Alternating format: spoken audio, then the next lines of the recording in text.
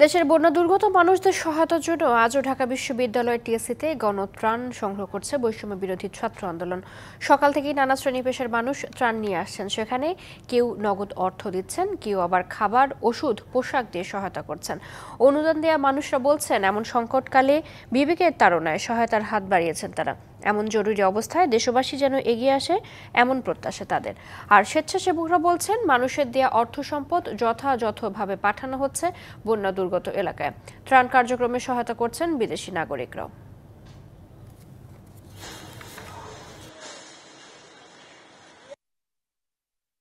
Pharmacy থেকে আমাকে medicine sponsor করেছে, তো ওই ভাই আসতে পারেনি সময়ের জন্য। আমাকে বলছে তুমি পারলে একটু পৌঁছে দাও। আমি আমার দায়িত্ব নিয়ে এগুলো পৌঁছে দিয়েছি। আমার ছোট বাচ্চা ছোট একটা ব্যাংক জমিয়েছিল এই বন্যার্ত মানুষের পাশে দেওয়ার জন্য।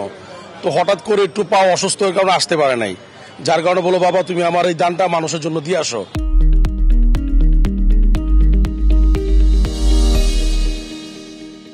আমরা টাকা অনেক জায়গায় দিতাম, কিন্তু মনের যে শান্তি সেটা পেতাম না।